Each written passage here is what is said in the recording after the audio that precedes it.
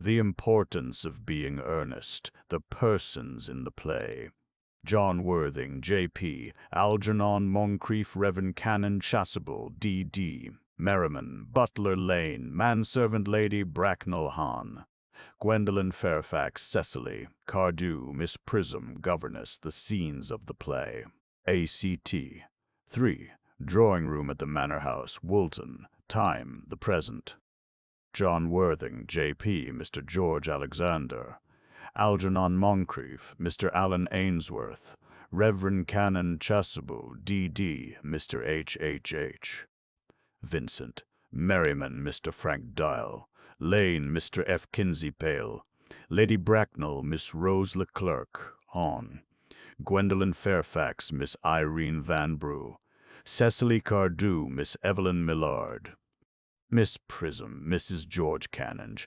Scene, morning room. In Algernon's flat in Half Moon Street. The room is luxuriously and artistically furnished. The sound of a piano is heard in the adjoining room. Lane is arranging afternoon tea on the table, and after the music has ceased, Algernon enters.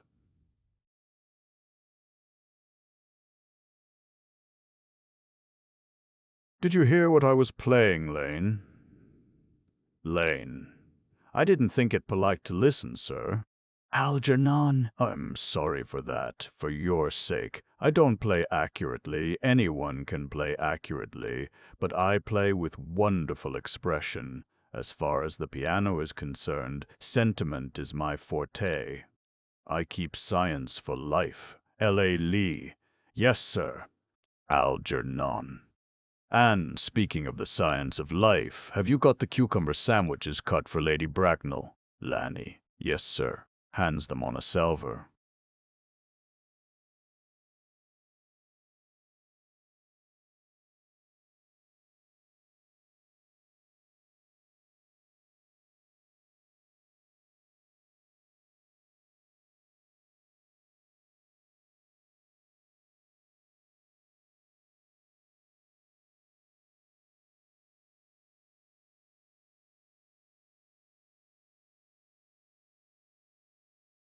Inspects them, takes two, and sits down on the sofa.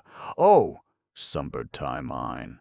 By the way, Lane, I see from your book that on Thursday night, when Lord Shoreman and Mr. Worthing were dining with me, 8 bottles of champagne are entered as having been consumed." Lane. "Yes, sir. 8 bottles and a pint." Algernon.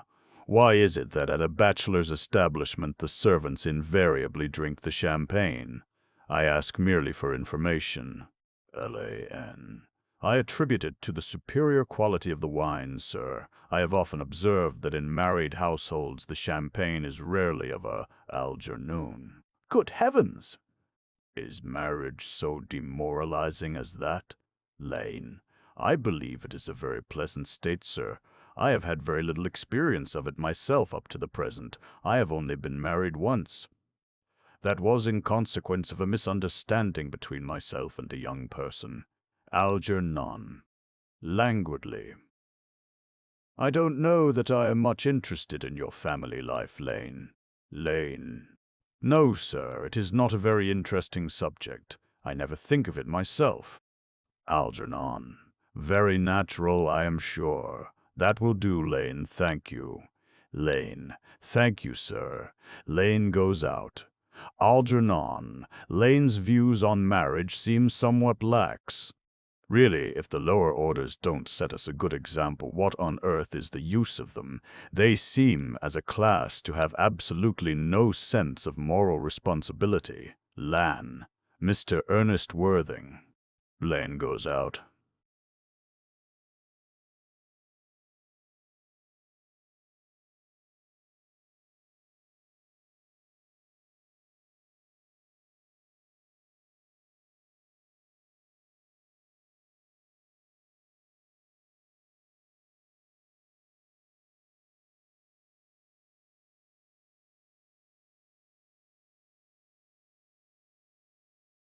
"What brings you up to town, Jack?" "Oh, pleasure, pleasure. What else should bring one anywhere? Eating as usual, I see, Algernon."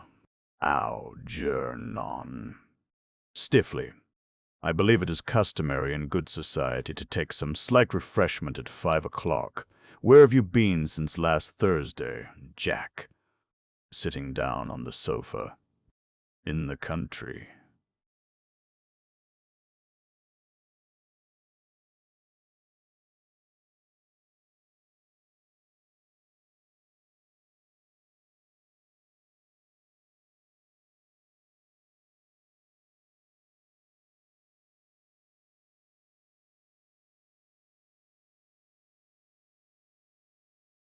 What on earth do you do there? When one is in the country, one amuses other people. It is excessively boring. Algernon. And who are the people you amuse, Jack? Airily. Oh, neighbors, neighbors. Algernon. Got nice neighbors in your part of Shropshire, Jack? Perfectly horrid. Never speak to one of them. Algernon. How immensely you must amuse them. Goes over and takes sandwich. Don't. By the way, Shropshire is your county, is it not, Jack? Eh? Shropshire? Yes, of course. Hello, why all these cups? Why cucumber sandwiches? Why such reckless extravagance in one so young? Who is coming to tea? Algernon. Oh, merely Aunt Augusta and Gwendolen, Jack. How perfectly delightful, Algernon. Yes, that is all very well, but I'm afraid Aunt Augusta won't quite approve of your being here. Jack, may I ask why? Algernon. My dear fellow, the way you flirt with Gwendolen is perfectly disgraceful. It is almost as bad as the way Gwendolen flirts with you, Jack. I am in love with Gwendolen. I have come up to town expressly to propose to her. Algernon. I thought you had come up for pleasure. I call that business. Jack, how utterly unromantic you are. Algernon, I really don't see anything romantic in proposing. It is very romantic to be in love, but there is nothing romantic about a definite proposal. Why, one may be accepted. One usually is, I believe. Then the excitement is all over. The very essence of romance is uncertainty. If ever I get married, I'll certainly try to forget the fact.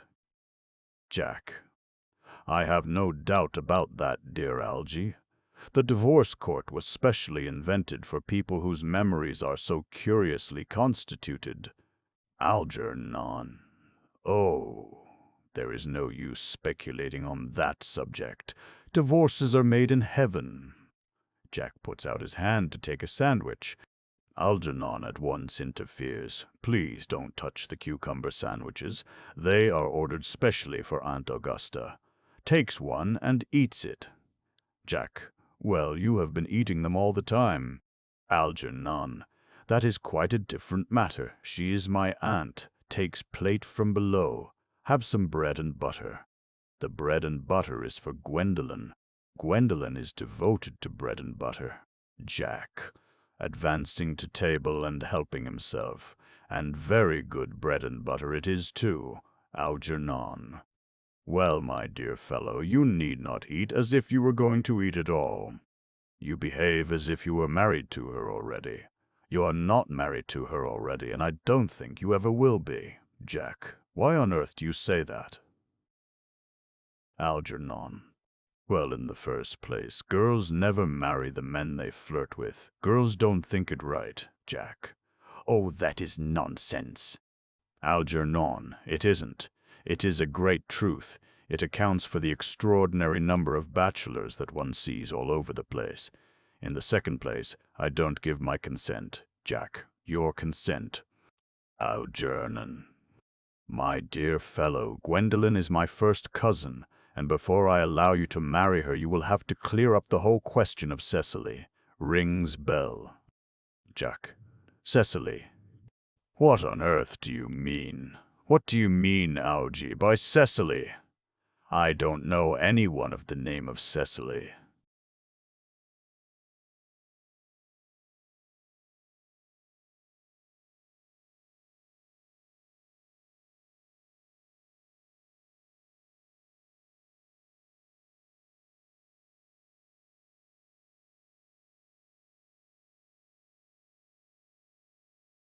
bring me that cigarette case Mr. Worthing left in the smoking room the last time he dined here. L.A. Nee. Yes, sir. Lane goes out. Jack, do you mean to say you have had my cigarette case all this time? I wish to goodness you had let me know. I have been writing frantic letters to Scotland Yard about it. I was very nearly offering a large reward. Algernon. Well, I wish you would offer one. I happen to be more than usually hard up. Jack, there is no good offering a large reward now that the thing is found. Algernon. I think that is rather mean of you, Ernest, I must say. Opens case and examines it. However, it makes no matter, for now that I look at the inscription inside, I find that the thing isn't yours after all. Jack, of course it's mine. Moving to him. You have seen me with it 100 times, and you have no right whatsoever to read what is written inside. It is a very ungentlemanly thing to read a private cigarette case. Algernon. Oh, it is absurd to have a hard and fast rule about what one should read and what one shouldn't. More than half of modern culture depends on what one shouldn't read. Jack, I am quite aware of the fact, and I don't propose to discuss modern culture. It isn't the sort of thing one should talk of in private. I simply want my cigarette case back. Algernon. Yes, but this isn't your cigarette case. This cigarette case is a present from someone of the name of Cecily, and you said you didn't know anyone of that name. Jack. Well, if you want to know, Cecily happens to be my aunt. Algernon. Your aunt. Jack. Yes. Charming old lady she is, too. Lives at Tunbridge Wells. Just give it back to me, Algernon. Retreating to back of sofa. But why does she call herself Little Cecily if she is your aunt and lives at Tunbridge Wells? Reading. From Little Cecily with her fondest love, Jack. Moving to sofa and kneeling upon it. My dear fellow, what on earth is there in that? Some aunts are tall, some aunts are not tall. That is a matter that surely an aunt may be allowed to decide for herself. You seem to think that every aunt should be exactly like your aunt. That is absurd. For heaven's sake, give me back my cigarette case. Follows Algernon round the room. You. Algernon. Yes, but why does your aunt call you her uncle? From Little Cecily, with her fondest love to her dear Uncle Jack. There is no objection, I admit, to an aunt being a small aunt, but why an aunt, no matter what her size may be, should call her own nephew her uncle, I can't quite make out. Besides, your name isn't Jack at all. It is Ernest. Jack. It isn't Ernest. It's Jack. Algernon. You have always told me it was Ernest. I have introduced you to everyone as Ernest. You answer to the name of Ernest. You look as if your name was Ernest. You are the most earnest-looking person I ever saw in my life. It is perfectly absurd your saying that your name isn't Ernest. It's on your cards. Here is one of them. Taking it from case. Ernest Worthing, before the Albany. I'll keep this as a proof that your name is Ernest, if ever you attempt to deny it to me, or to Gwendolen, or to anyone else. Puts the card in his pocket. Jack. Well, my name is Ernest in town, and Jack in the country, and the cigarette case was given to me in the country. Gernon. Yes, but that does not account for the fact that your small Aunt Cecily, who lives at Tunbridge Wells, calls you her dear uncle. Come, old boy, you had much better have the thing out at once. Jack. My dear Algy, you talk exactly as if you were a dentist. It is very vulgar to talk like a dentist when one isn't a dentist. It produces a false impression. Algernon. Well, that is exactly what dentists always do. Now, go on. Tell me the whole thing. I may mention that I have always suspected you of being a confirmed and secret Bunburyist, and I am quite sure of it now. Jack, Bunburyist? What on earth do you mean by a Bunburyist? Algernon.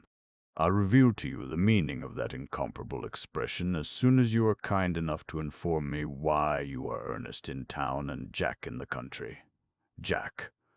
Well, produce my cigarette case first. Algernon. Here it is. Hans' cigarette case. Now produce your explanation and pray make it improbable. Sits on sofa. Jack. My dear fellow, there is nothing improbable about my explanation at all. In fact, it's perfectly ordinary. Old Mr. Thomas Cardew, who adopted me when I was a little boy, made me in his will guardian to his granddaughter, Miss Cecily Cardew. Cecily, who addresses me as her uncle from motives of respect that you could not possibly appreciate, lives at my place in the country under the charge of her admirable governess, Miss Prism. Algernon. Where is that place in the country, by the way? Jack. That is nothing to you, dear boy. You are not going to be invited. I may tell you candidly that the place is not in Shropshire. Algernon. I suspected that, my dear fellow. I have bunburied all over Shropshire on 2 separate occasions. Now, go on. Why are you Ernest in town and Jack in the country? Jack. My dear Algy, I don't know whether you will be able to understand my real motives. You are hardly serious enough. When one is placed in the position of guardian, one has to adopt a very high moral tone on all subjects. It's one's duty to do so.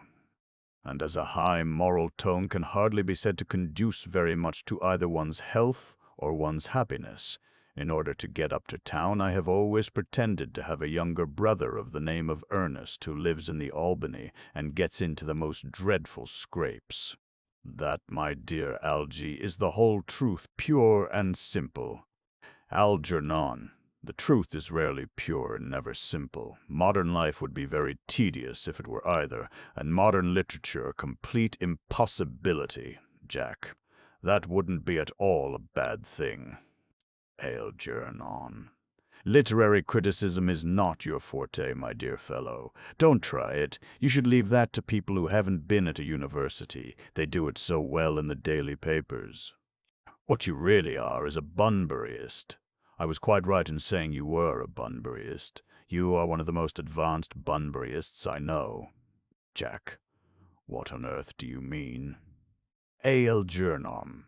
You have invented a very useful younger brother called Ernest in order that you may be able to come up to town as often as you like. I have invented an invaluable permanent invalid called Bunbury in order that I may be able to go down into the country whenever I choose. Bunbury is perfectly invaluable. If it wasn't for Bunbury's extraordinary bad health, for instance, I wouldn't be able to dine with you at Willis's tonight, for I have been really engaged to Aunt Augusta for more than a week. Jack, I haven't asked you to dine with me anywhere tonight.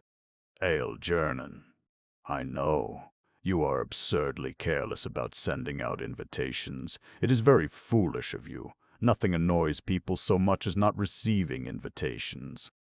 Jack, you had much better dine with your Aunt Augusta. Algernon, I haven't the smallest intention of doing anything of the kind. To begin with, I dined there on Monday, and once a week is quite enough to dine with one's own relations. In the second place, whenever I do dine there, I am always treated as a member of the family, and sent down with either no woman at all, or 2. In the third place, I know perfectly well whom she will place me next to tonight. She will place me next Mary Farquhar, who always flirts with her own husband across the dinner table. That is not very pleasant. Indeed, it is not even decent. And that sort of thing is enormously on the increase. The amount of women in London who flirt with their own husbands is perfectly scandalous. It looks so bad. It is simply washing one's clean linen in public. Besides, now that I know you to be a confirmed Bunburyist, I naturally want to talk to you about Bunburying. I want to tell you the rules. Jack, I'm not a Bunburyist at all. If Gwendolen accepts me, I'm going to kill my brother. Indeed, I think I'll kill him in any case. Cecily is a little too much interested in him. It is rather a bore. So I am going to get rid of Ernest, and I strongly advise you to do the same with Mr. D.U., with your invalid friend who has the absurd name, Algernon. Nothing will induce me to part with Bunbury, and if you ever get married, which seems to me extremely problematic, you will be very glad to know Bunbury. A man who marries without knowing Bunbury has a very tedious time of it. Jack. That is nonsense. If I marry a charming girl like Gwendolen, and she is the only girl I ever saw in my life that I would marry, I certainly won't want to know Bunbury.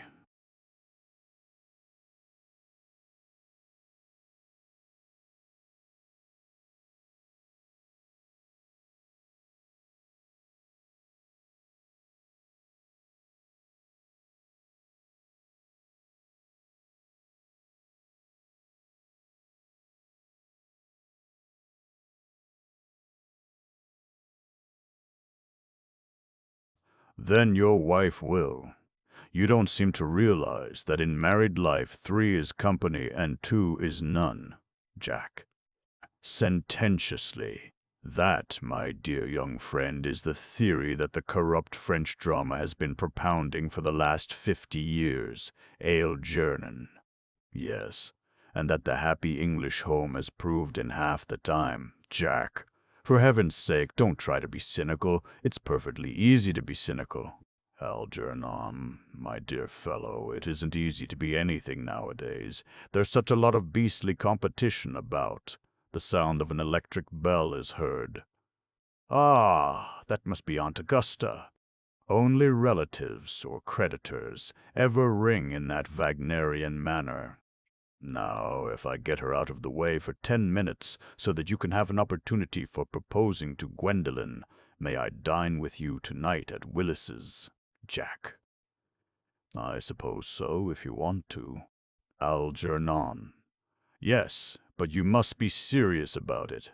I hate people who are not serious about meals. It is so shallow of them. L.A. Lady Bracknell and Miss Fairfax. Algernon goes forward to meet them. Enter Lady Bracknell and Gwendolen. L.A.D. Bracknell. Good afternoon, dear Algernon. I hope you are behaving very well. Algernon. I'm feeling very well, Aunt Augusta. Lady Bracknell. That's not quite the same thing. In fact, the two things rarely go together. Sees Jack and bows to him with icy coldness. Algernon. To Gwendolen. Dear me, you are smart. Gwendolen. I am always smart. Am I not, Mr. Worthing? Jack. You're quite perfect, Miss Fairfax. G. W. Emdalen. Oh, I hope I am not that. It would leave no room for developments, and I intend to develop in many directions. Gwendolen and Jack sit down together in the corner. Lady Bracknell. I'm sorry if we are a little late, Algernon, but I was obliged to call on dear Lady Harbury. I hadn't been there since her poor husband's death. I never saw a woman so altered. She looks quite 20 years younger. And now I'll have a cup of tea and one of those nice cucumber sandwiches you promised me. Algernon. Certainly, Aunt Augusta. Goes over to tea table. ... Lady Bracknell. Won't you come and sit here, Gwendolen? Gwendolen. Thanks, Mamma. I'm quite comfortable where I am. Algernon. Picking up empty plate in horror. Good heavens, Lane! Why are there no cucumber sandwiches? I ordered them specially. Lane. Gravely. There were no cucumbers in the market this morning, sir. I went down twice. Algernon. No cucumbers. Lane. No, sir. Not even for ready money. Algernon. That will do, Lane. Thank you. Lan. Thank you, sir. Goes out. Gernon. I am greatly distressed, Aunt Augusta, about there being no cucumbers, not even for ready money. Lady Bracknell. It really makes no matter, Algernon. I had some crumpets with Lady Harbury, who seems to me to be living entirely for pleasure now.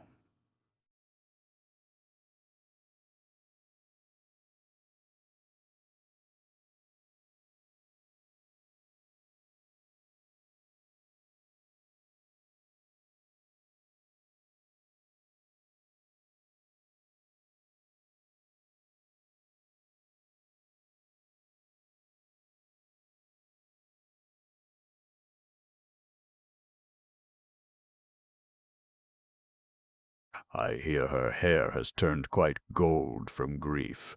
Lady Bracknell. It certainly has changed its color.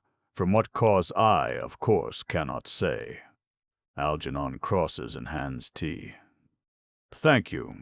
I've quite a treat for you tonight, Algernon. I am going to send you down with Mary Farquhar. She is such a nice woman, and so attentive to her husband. It's delightful to watch them. Algernon.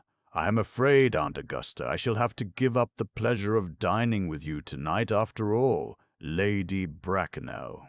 Frowning. I hope not, Algernon. It would put my table completely out.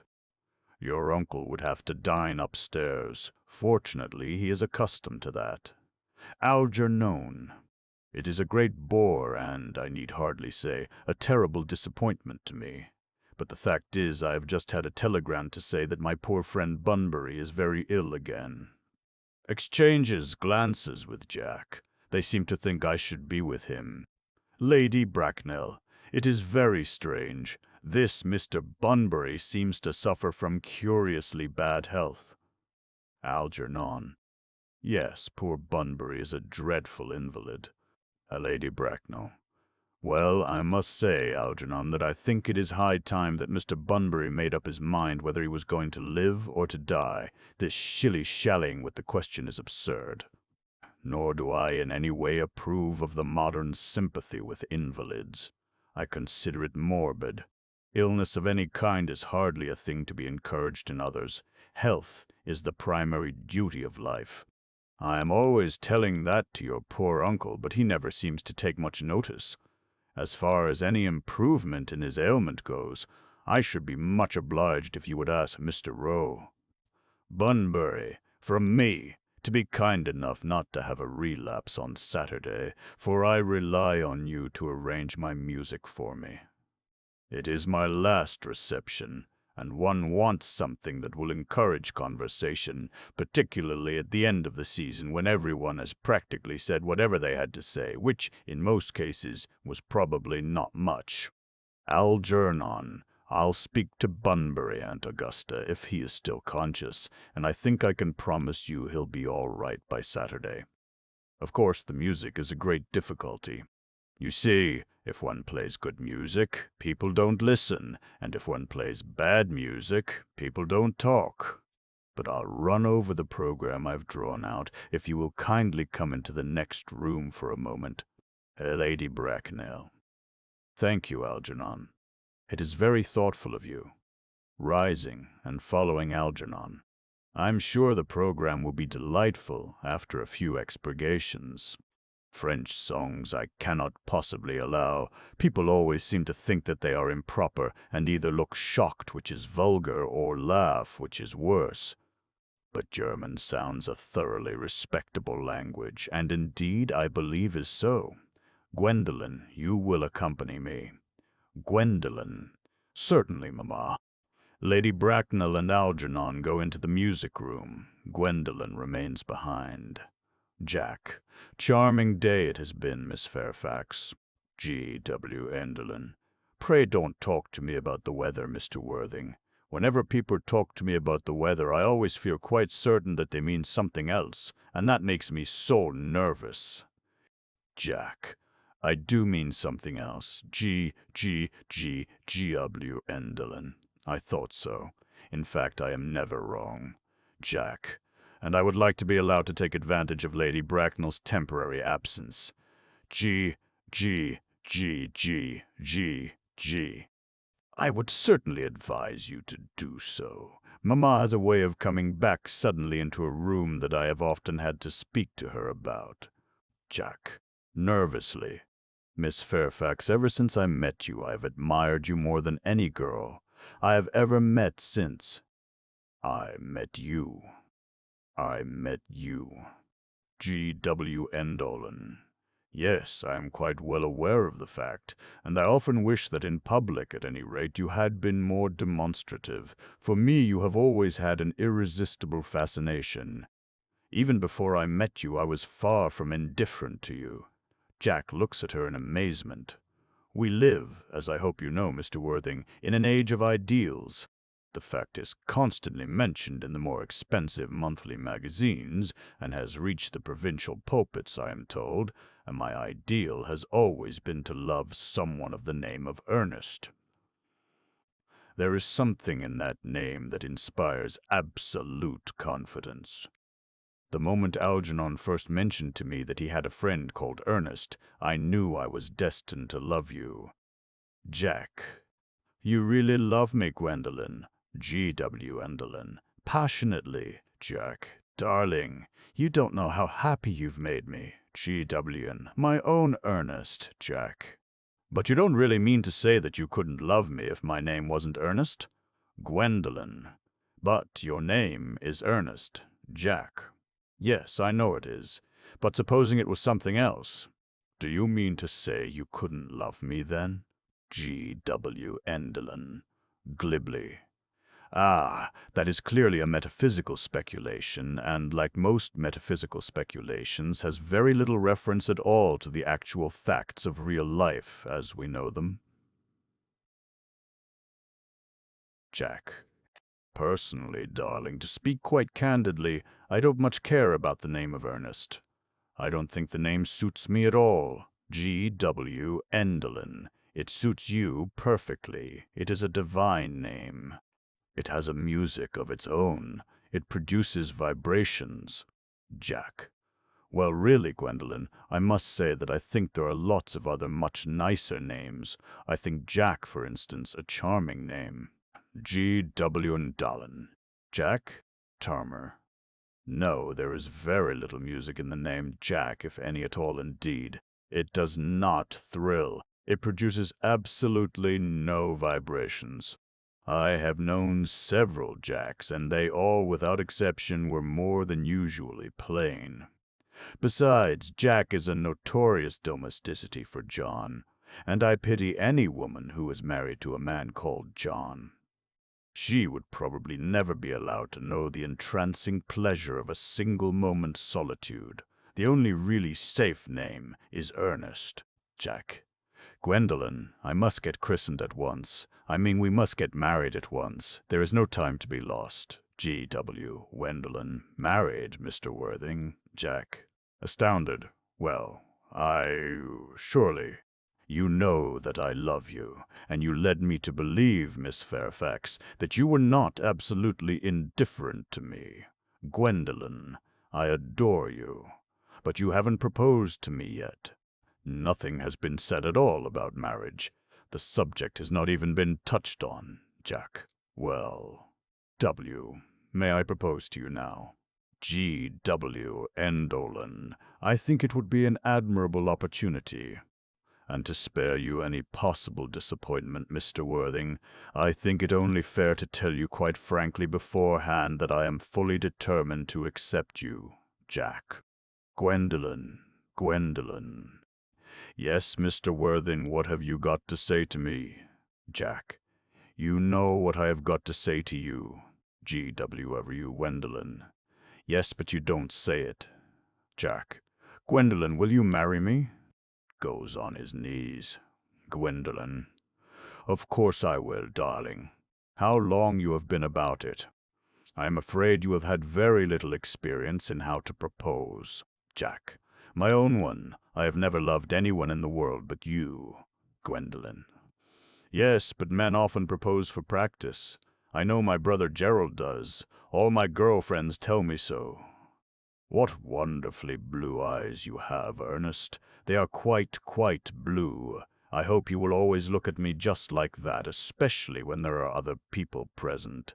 Lady Bracknell. Mr. Worthing. Rise, sir, from this semi-recumbent posture. It is most indecorous. G.W. Endelin. Mamma, I must beg you to retire. This is no place for you. Besides, Mr. Worthing has not quite finished yet. Lady Bracknell. Finished what, may I ask? G.W. Endelin. I am engaged to Mr. Worthing, mamma. Lady Bracknell. Pardon me, you are not engaged to anyone. When you do become engaged to someone, I, or your father, should his health permit him, will inform you of the fact. An engagement should come on a young girl as a surprise, pleasant or unpleasant, as the case may be. It is hardly a matter that she could be allowed to arrange for herself. Jump 30 and dumpth. And now I have a few questions to put to you, Mr. Worthing. While I am making these inquiries, you, Gwendolen, will wait for me below in the carriage. G.W. Endelin, reproachfully. Mamma, Lady Bracknell. In the carriage, Gwendolen. Gwendolen goes to the door. She and Jack blow kisses to each other behind Lady Bracknell's back. Lady Bracknell looks vaguely about as if she could not understand what the noise was. Finally turns round. Gwendolen, the carriage! Gwendolen! Yes, Mamma. Goes out, looking back at Jack. Lady Bracknell. Sitting down. You can take a seat, Mr. Worthing. Looks in her pocket for notebook and pencil. Jack. Thank you, Lady Bracknell. I prefer standing. Lady Bracknell. Pencil and notebook in hand. I feel bound to tell you that you are not down on my list of eligible young men, although I have the same list as the dear Duchess of Bolton has. We work together, in fact. However, I am quite ready to enter your name, should your answers be what a really affectionate mother requires. Do you smoke, Jack? Well, yes, I must admit I smoke. Lady Bracknell, I am glad to hear it. A man should always have an occupation of some kind. There are far too many idle men in London as it is. How old are you, Jack? 29. Lady Bracknell. A very good age to be married at. I have always been of opinion that a man who desires to get married should know either everything or nothing. Which do you know, Jack? After some hesitation. I know nothing, Lady Bracknell. Lady Bracknell. I am pleased to hear it. I do not approve of anything that tampers with natural ignorance. Ignorance is like a delicate, exotic fruit. Touch it, and the bloom is gone. The whole theory of modern education is radically unsound. Fortunately, in England at any rate, education produces no effect whatsoever. If it did, it would prove a serious danger to the upper classes and probably lead to acts of violence in Grosvenor Square. What is your income, Jack? Between 7,000 and 8,000 a year. Lady Bracknell makes a note in her book. In land or in investments? Jack. In investments chiefly. Lady Bracknell. That is satisfactory. What between the duties expected of one during one's lifetime and the duties exacted from one after one's death, land has ceased to be either a profit or a pleasure. It gives one position and prevents one from keeping it up. That's all that can be said about land, Jack. I have a country house with some land, of course, attached to it, about 1,500 acres, I believe, but I don't depend on that for my real income. In fact, as far as I can make out, the poachers are the only people who make anything out of it. Lady Bracknell. A country house. How many bedrooms? Well, that point can be cleared up afterwards. You have a townhouse, I hope? A girl with a simple, unspoiled nature like Gwendolen could hardly be expected to reside in the country.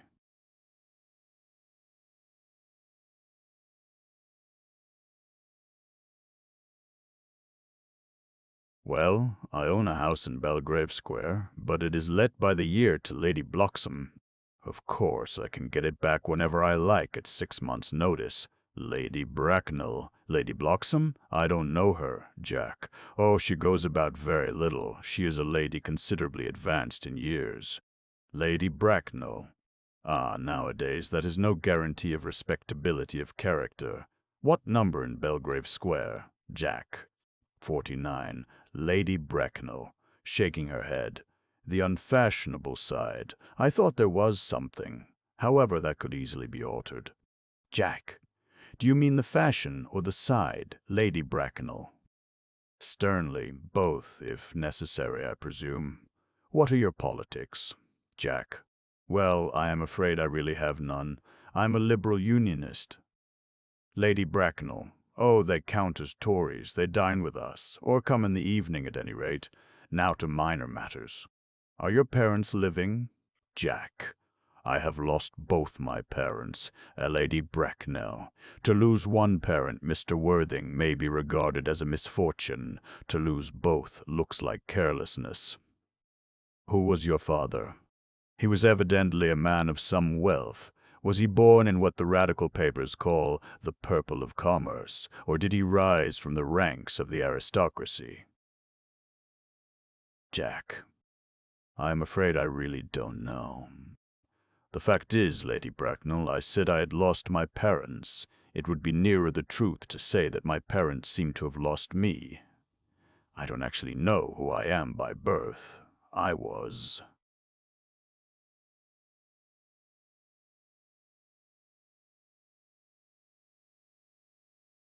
Well, I was found.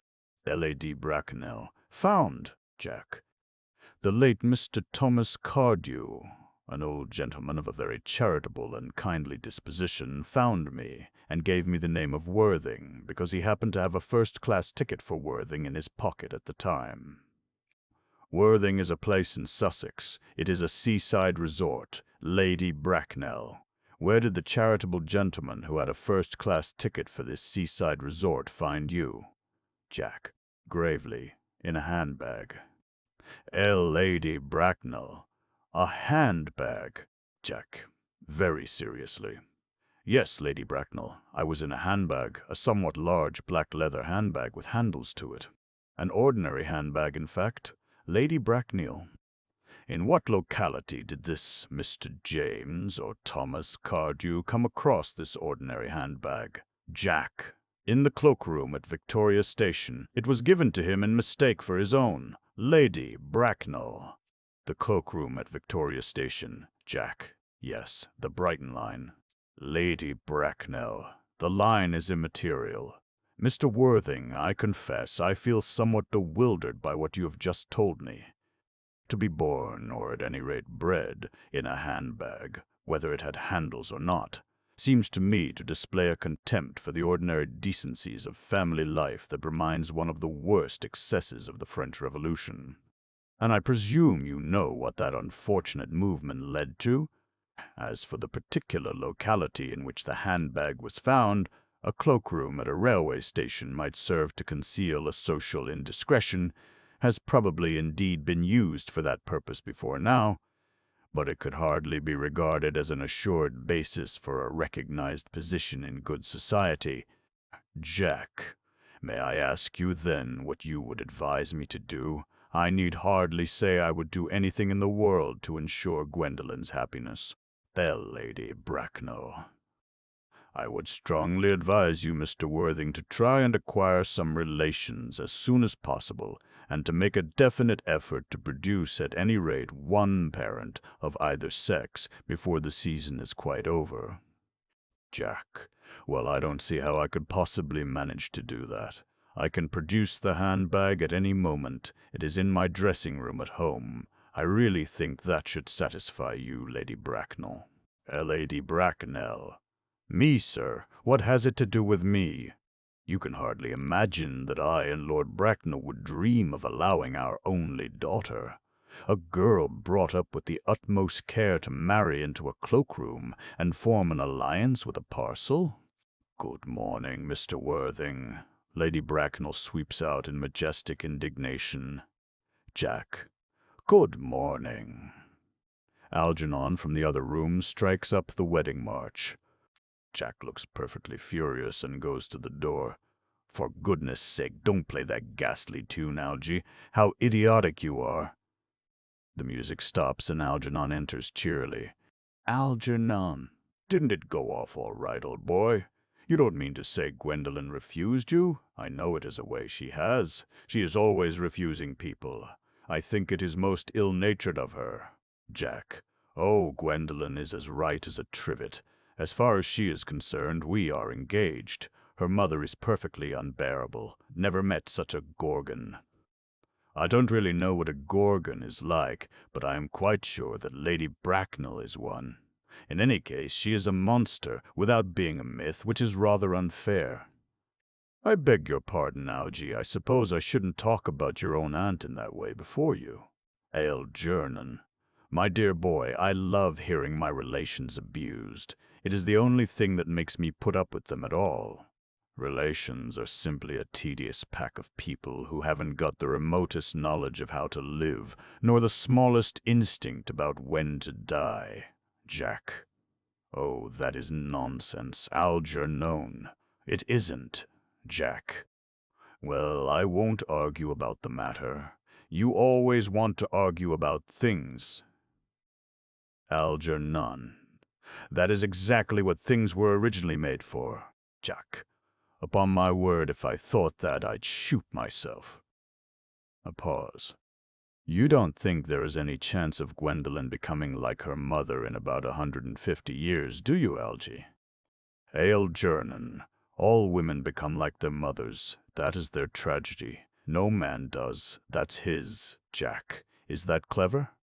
Algernon. It is perfectly phrased, and quite as true as any observation in civilized life should be, Jack. I am sick to death of cleverness. Everybody is clever nowadays. You can't go anywhere without meeting clever people. The thing has become an absolute public nuisance. I wish to goodness we had a few fools left. Algernon, we have. Jack, I should extremely like to meet them. What do they talk about? Algernon. The fools. Oh, about the clever people, of course. Jack. What fools? Algernon. By the way, did you tell Gwendolen the truth about your being Ernest in town and Jack in the country? Jack. In a very patronizing manner. My dear fellow, the truth isn't quite the sort of thing one tells to a nice, sweet, refined girl. What extraordinary ideas you have about the way to behave to a woman, Algernon. The only way to behave to a woman is to make love to her if she is pretty, and to someone else if she is plain.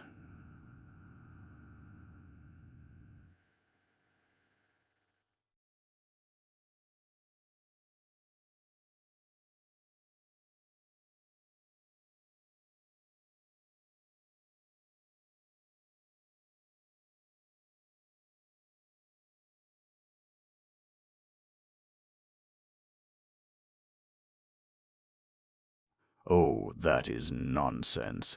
Algernon. What about your brother? What about the profligate Ernest? Jack. Oh, before the end of the week I shall have got rid of him. I'll say he died in Paris of apoplexy. Lots of people die of apoplexy, quite suddenly, don't they? Algernon. Yes, but it's hereditary, my dear fellow. It's a sort of thing that runs in families. You had much better say a severe chill. Jack, you are sure a severe chill isn't hereditary or anything of that kind? Algernon. Of course it isn't, Jack. Very well, then. My poor brother Ernest is carried off suddenly in Paris by a severe chill. That gets rid of him. Algernon. But I thought you said that. Miss Cardew was a little too much interested in your poor brother Ernest. Won't she feel his loss a good deal? Jack. Oh, that is all right. Cecily is not a silly romantic girl, I am glad to say. She has got a capital appetite, goes long walks, and pays no attention at all to her lessons. Algernon. I would rather like to see Cecily. Jack. I will take very good care you never do. She is excessively pretty, and she is only just 18.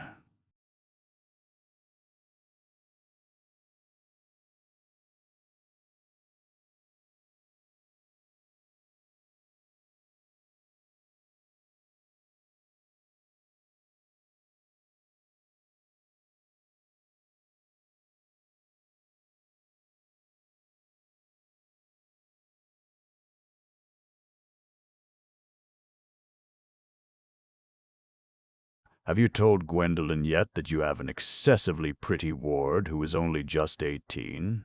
Jack. Oh, one doesn't blurt these things out to people. Cecily and Gwendolen are perfectly certain to be extremely great friends. I'll bet you anything you like that half an hour after they have met, they will be calling each other sister.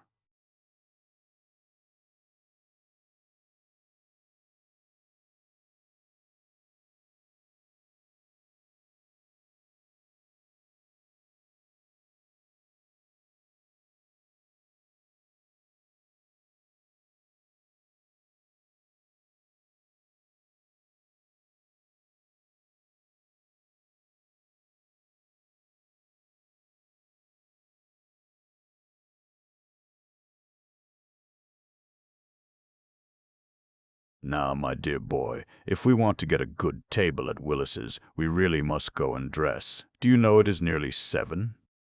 Jack, irritably. Oh, it always is nearly 7. Algernon. Well, I'm hungry. Jack, I never knew you when you weren't. Twice ent. Algernon. What shall we do after dinner? Go to a theater, Jack. Oh no, I loathe listening.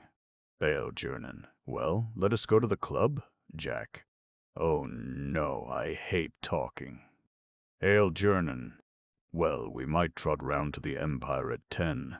Jack. Oh no, I can't bear looking at things, it is so silly. Algernon. Well, what shall we do, Jack? Nothing. Algernon.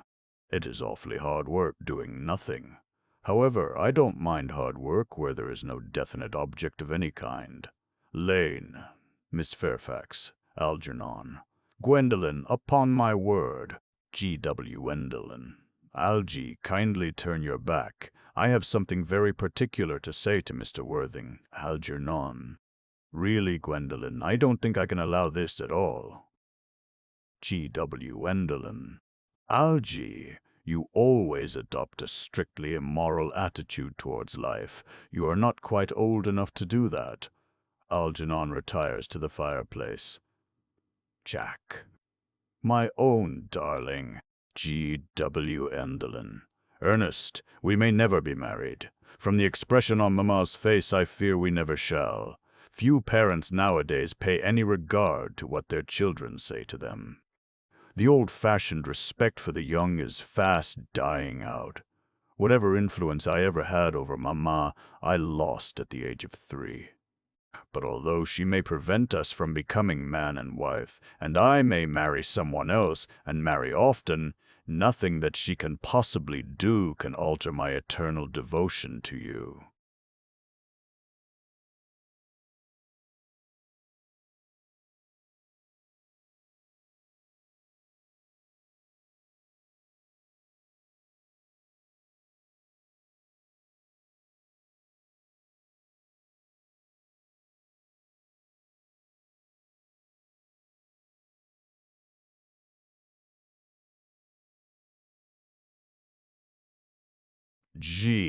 Gwendolen, the story of your romantic origin, as related to me by Mamma, with unpleasing comments, has naturally stirred the deeper fibers of my nature. Your Christian name has an irresistible fascination. The simplicity of your character makes you exquisitely incomprehensible to me. Your town address at the Albany I have. What is your address in the country, Jack? The Manor House, Woolton, Hertfordshire. Algernon, who has been carefully listening, smiles to himself and writes the address on his shirt cuff. Then picks up the railway guide. G.G.W. There is a good postal service, I suppose. It may be necessary to do something desperate. That, of course, will require serious consideration. I will communicate with you daily.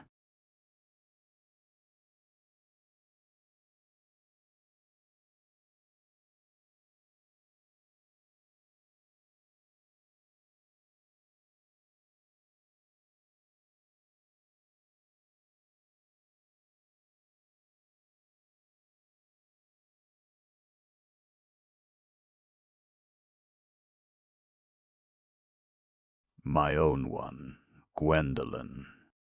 How long do you remain in town? Jack, till Monday. Gwendolen. Good. Algy, you may turn round now. Algernon. Thanks, I've turned round already. Gwendolen. You may also ring the bell. Jack, you will let me see you to your carriage, my own darling. Gwendolen. Certainly, Jack. To Lane, who now enters. I will see Miss Fairfax out. Lane. Yes, sir. Jack and Gwendolen go off. Duck, duck, duck, duck. Lane presents several letters on a salver to Algernon. It is to be surmised that they are bills, as Algernon, after looking at the envelopes, tears them up. Oh, Algernon, a glass of sherry, Lane. Lane.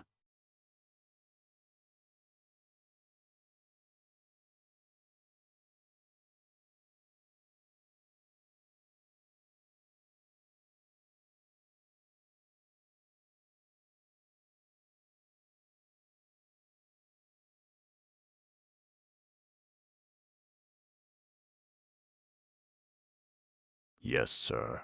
Algernon. Tomorrow, Lane. I'm going Bunburying. Lan. Yes, sir. Algernon. I shall probably not be back till Monday.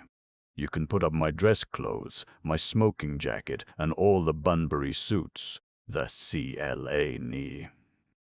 Yes, sir. Handing sherry. Algernon. I hope tomorrow will be a fine day, Lane. Lane. It never is, sir. Algernon. Lane, you're a perfect pessimist. Eleni. I do my best to give satisfaction, sir. Jack. There's a sensible, intellectual girl, the only girl I ever cared for in my life. Algernon is laughing immoderately. What on earth are you so amused at? Algernon. Oh, I'm a little anxious about poor Bunbury, that is all. Jack. If you don't take care, your friend Bunbury will get you into a serious scrape some day. Algernon. I love scrapes. They are the only things that are never serious. Jack. Oh, that's nonsense, Algy. You never talk anything but nonsense. Algernon. Nobody ever does. Jack looks indignantly at him and leaves the room. Algernon lights a cigarette, reads his shirt cuff, and smiles. Scene garden. At the manor house. A flight of gray stone steps leads up to the house. The garden, an old-fashioned one, full of roses. Time of year, July. Basket chairs and a table covered with books are set under a large yew tree. Miss Prism discovered seated at the table. Cecily is at the back watering flowers. MIS. Prism. Calling. Cecily, Cecily, surely such a utilitarian occupation as the watering of flowers is rather Moulton's duty than yours? Especially at a moment when intellectual pleasures await you. Your German grammar is on the table. Pray open it at page 15. We will repeat yesterday's lesson.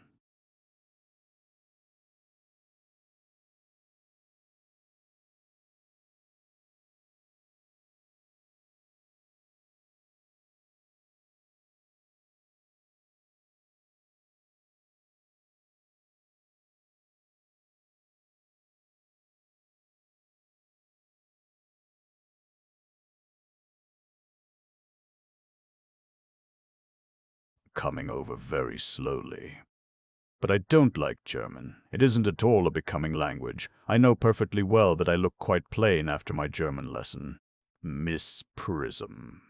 Child, you know how anxious your guardian is that you should improve yourself in every way.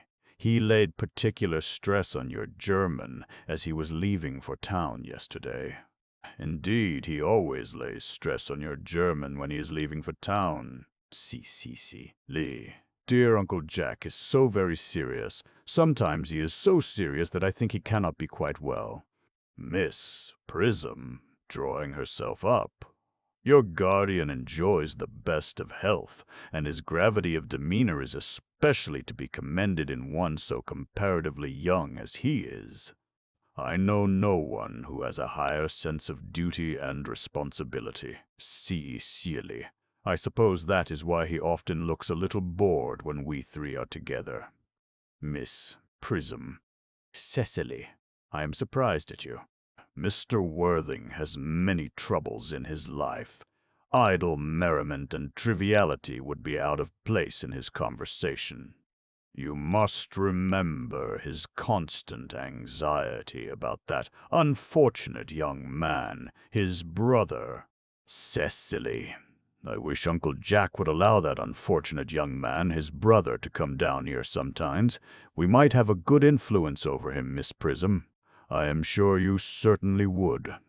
You know German, and geology and things of that kind influence a man very much. Cecily begins to write in her diary.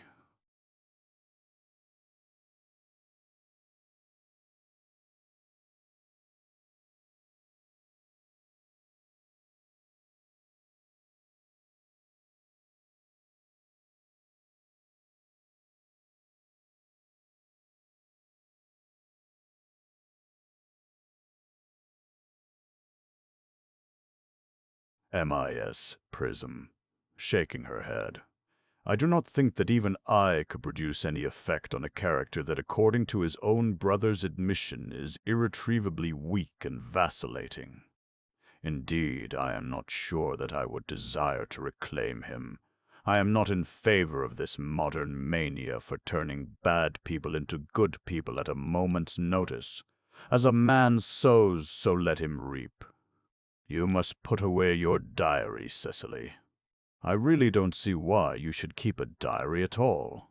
Cecily, I keep a diary in order to enter the wonderful secrets of my life. If I didn't write them down, I should probably forget all about them. Miss Prism. Memory, my dear Cecily, is the diary that we all carry about with us. Cecily. Yes, but it usually chronicles the things that have never happened and couldn't possibly have happened. I believe that memory is responsible for nearly all the 3-volume novels that Moody sends us. Miss Prism. Do not speak slightingly of the 3-volume novel, Cecily. I wrote one myself in earlier days. Cecily. Did you really, Miss Prism? How wonderfully clever you are. I hope it did not end happily. I don't like novels that end happily. They depress me so much. Miss Prism. The good ended happily, and the bad unhappily. That is what fiction means. Cecily! I suppose so, but it seems very unfair.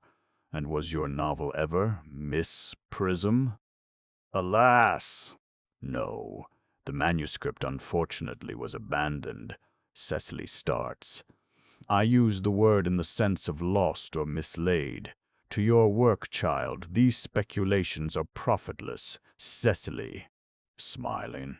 But I see dear Dr. Chasuble coming up through the garden. MISS, Prism, rising and advancing.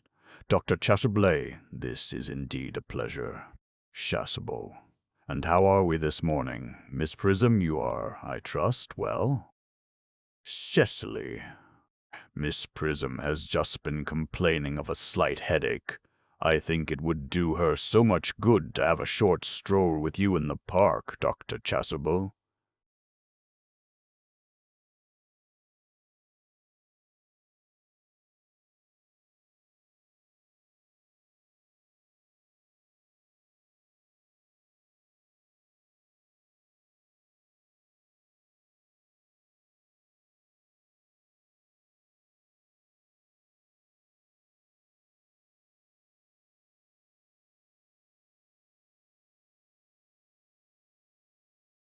Cecily, I have not mentioned anything about a headache. Cecily.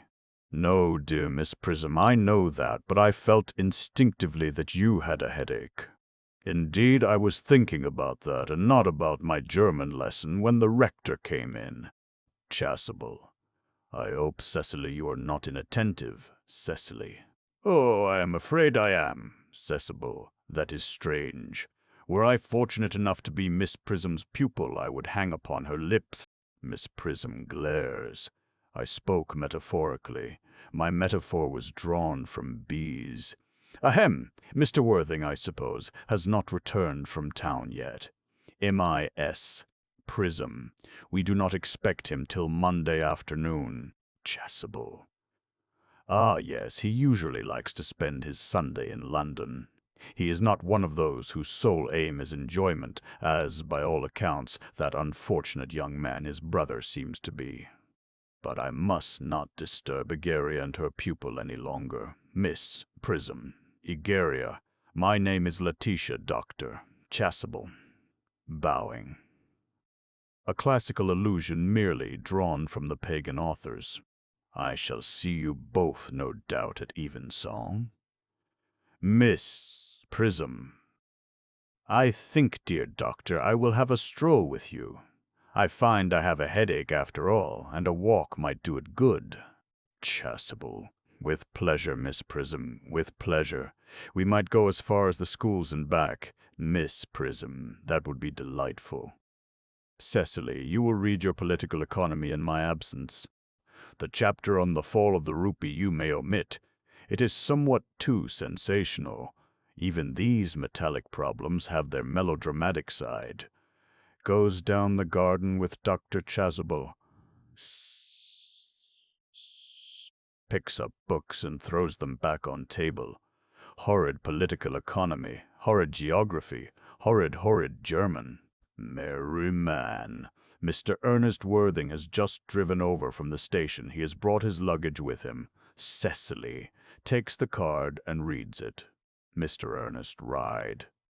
Ernest Worthing, B4, The Albany, W. Uncle Jack's brother. Did you tell him Mr. Worthing was in town? Merriman. Yes, miss. He seemed very much disappointed. I mentioned that you and Miss Prism were in the garden. He said he was anxious to speak to you privately for a moment. Cecily, ask Mr. Ernest Worthing to come here. I suppose you had better talk to the housekeeper about a room for him. Merriman. Yes, miss. Merriman goes off. Cecily, I have never met any really wicked person before. I feel rather frightened. I am so afraid he will look just like everyone else. He does. Algernon, raising his hat. You are my little cousin Cecily, I'm sure. Cecily, you are under some strange mistake. I am not little. In fact, I believe I am more than usually tall for my age. Algernon is rather taken aback. But I am your cousin Cecily. You, I see from your card, are Uncle Jack's brother, my cousin Ernest, my wicked cousin Ernest. Algernon. Oh, I am not really wicked at all, cousin Cecily. You mustn't think that I am wicked. See, silly, if you are not, then you have certainly been deceiving us all in a very inexcusable manner.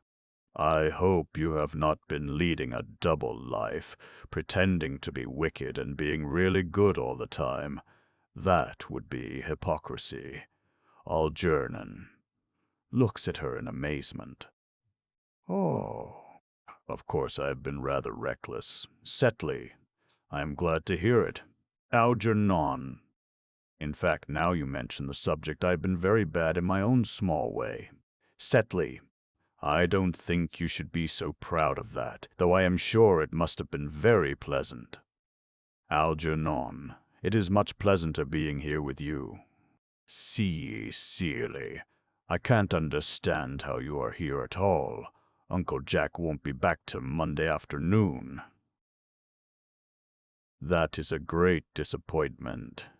I am obliged to go up by the first train on Monday morning. I have a business appointment that I am anxious to miss. Cecily, couldn't you miss it anywhere but in London? Algernon. No, the appointment is in London. Surly. Well, I know, of course, how important it is not to keep a business engagement if one wants to retain any sense of the beauty of life, but still I think you had better wait till Uncle Jack arrives. I know he wants to speak to you about your emigrating. Algernon. About my what? Cecily. Your emigrating. He has gone up to buy your outfit. Algernon. I certainly wouldn't let Jack buy my outfit. He has no taste in neckties at all. Cecily. I don't think you will require neckties. Uncle Jack is sending you to Australia. Algernon! Australia, I'd sooner die. Cecily. Well, he said at dinner on Wednesday night that you would have to choose between this world, the next world, and Australia. Algernon. Oh, well, the accounts I have received of Australia and the next world are not particularly encouraging. This world is good enough for me, Cousin Cecily. C. Yes, but are you good enough for it?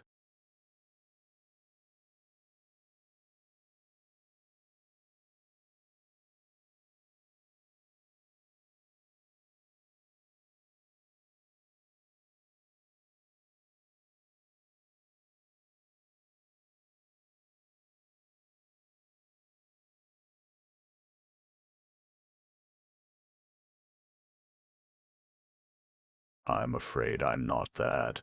That is why I want you to reform me. You might make that your mission, if you don't mind, Cousin Cecily. Cecily. I'm afraid I've no time this afternoon.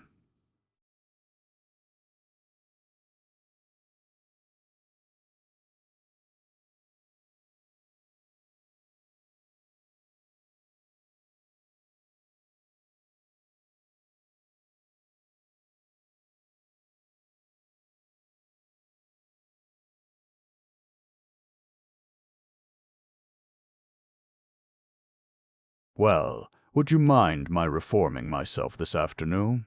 Cecily, it is rather quixotic of you, but I think you should try. Algernon. I will. I feel better already. Cecily, you are looking a little worse. Algernon. That is because I am hungry. Cecily. How thoughtless of me. I should have remembered that when one is going to lead an entirely new life, one requires regular and wholesome meals. Won't you come in? Algernon. Thank you. Might I have a buttonhole first? I never have any appetite unless I have a buttonhole first. Cecily. A Marichal Neal picks up scissors. Algernon. No, I'd sooner have a pink rose. Cecily. Why? Cuts a flower. Dew tarts a flower. Algernon. Because you are like a pink rose, Cousin Cecily. Cecily. I don't think it can be right for you to talk to me like that. Miss Prism never says such things to me. Algernon. Then Miss Prism is a short-sighted old lady. Cecily puts the rose in his buttonhole. You are the prettiest girl I ever saw. Cecily. Miss Prism says that all good looks are a snare. Algernon. They are a snare that every sensible man would like to be caught in. Cecily. Oh, I don't think I would care to catch a sensible man. I shouldn't know what to talk to him about. Miss Prism. You are too much alone, dear Dr. Chasuble. You should get married. A misanthrope I can understand. A womanthrope never, Chasuble. With a scholar's shudder. Believe me, I do not deserve so neologistic a phrase. The precept as well as the practice of the primitive church was distinctly against matrimony. Miss Prism. Sententiously. That is obviously the reason why the primitive church has not lasted up to the present day. And you do not seem to realize, dear doctor, that by persistently remaining single, a man converts himself into a permanent public temptation. Men should be more careful. This very celibacy leads weaker vessels astray. Chasuble. But is a man not equally attractive when married? Miss Prism. No married man is ever attractive except to his wife. Chasuble. And often, I've been told, not even to her. Miss Prism. That depends on the intellectual sympathies of the woman. Maturity can always be depended on. Ripeness can be trusted. Young women are green. Dr. Tor. Chasuble starts. I spoke horticulturally. My metaphor was drawn from fruits. But where is Cecily? Chasuble. Perhaps she followed us to the schools. Miss Prism. Mr. Worthing. Chasuble. Mr. Worthing. Miss Prism. This is indeed a surprise. We did not look for you till Monday afternoon, Jack. Shakes Miss Prism's hand in a tragic manner. I have returned sooner than I expected. Dr. Chasuble, I hope you are well? Chasuble. Dear Mr. Worthing, I trust this garb of woe does not betoken some terrible calamity. Jack. My brother, Miss Prism, more shameful debts and extravagance, Chasuble. Still leading his life of pleasure, Jack, shaking his head. Dead, Chasuble. Your brother Ernest dead, Jack. Quite dead. Miss Prism. What a lesson for him. I trust he will profit by it. Mr. Worthing, I offer you my sincere condolence. You have at least the consolation of knowing that you were always the most generous and forgiving of brothers. Jack. Poor Ernest. He had many faults, but it is a sad, sad blow. Chasuble. Very sad indeed. Were you with him at the end, Jack? No, he died abroad, in Paris, in fact. I had a telegram last night from the manager of the Grand Hotel. Chasuble. Was the cause of death mentioned, Jack? A severe chill, it seems. Miss Prism. As a man sows, so shall he reap. Chasuble. Raising his hand. Charity, dear Miss Prism, charity. None of us are perfect. I myself am peculiarly susceptible to drafts. Will the interment take place here, Jack? No. He seems to have expressed a desire to be buried in Paris. Chasuble. In Paris? Shakes his head. I fear that hardly points to any very serious state of mind at the last. You would no doubt wish me to make some slight allusion to this tragic domestic affliction next Sunday. Jack presses his hand convulsively. My sermon on the meaning of the manna in the wilderness can be adapted to almost any occasion, joyful or, as in the present case, distressing. All sigh. I have preached it at harvest celebrations, christenings, confirmations, on days of humiliation and festal days. The last time I delivered it was in the cathedral, as a charity sermon on behalf of the Society for the Prevention of Discontent among the Upper Orders. The bishop, who was present, was much struck by some of the analogies I drew. Jack. Ah, that reminds me. You mentioned christenings, I think, Dr. Chasuble. I suppose you know how to christen all right? Dr. Chasuble looks astounded. I mean, of course, you are continually christening, aren't you? Miss Prism. It is, I regret to say, one of the rector's most constant duties in this parish. I have often spoken to the poorer classes on the subject, but they don't seem to know what thrift is. Chasuble. But is there any particular infant in whom you are interested, Mr. Worthing? Your brother was, I believe, unmarried, was he not, Jack? Oh, yes, Miss Prism. Bitterly. People who live entirely for pleasure usually are, Jack. But it is not for any child, dear doctor. I am very fond of children. No. The fact is, I would like to be christened myself this afternoon if you have nothing better to do. Chasuble. But surely, Mr. Worthing, you have been christened already? Jack, I don't remember anything about it. Chasuble. But have you any grave doubts on the subject? Jack. Of course I don't know if the thing would bother you in any way, or if you think I am a little too old now. Chasuble. Not at all. The sprinkling, and indeed the immersion of adults, is a perfectly canonical practice. Jack. Immersion.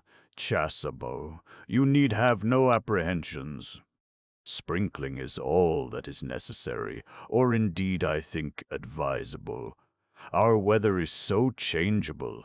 At what hour would you wish the ceremony performed? Jack. Oh, I might trot round about 5, if that would suit you. Chasuble. Perfectly, perfectly. In fact, one have 2 similar ceremonies to perform at that time. A case of twins that occurred recently in one of the outlying cottages on your own estate. Poor Jenkins the carter, a most hard-working man. Jack. Oh, I don't see much fun in being christened along with other babies. It would be childish. Would 5:30 do? Chasuble. Admirably, admirably. Takes out watch. And now, dear Mr. Worthing, I will not intrude any longer into a house of sorrow. I would merely beg you not to be too much bowed down by grief. What seem to us bitter trials are often blessings in disguise. MIS. Prism. This seems to me a blessing of an extremely obvious kind. Cecily. Uncle Jack. Oh, I am pleased to see you back. But what horrid clothes you have got on. Do go and change them, Miss Prism, Cecily, Chasuble. My child, my child. Cecily goes towards Jack. He kisses her brow in a melancholy manner. Cecily. What is the matter, Uncle Jack? Do look happy. You look as if you had toothache, and I have got such a surprise for you. Who do you think is in the dining room? Your brother. Jack. Who? Cecily. Your brother Ernest. He arrived about half an hour ago. Jack. What nonsense. I haven't got a brother. Cecily. Oh, don't say that. However badly he may have behaved to you in the past,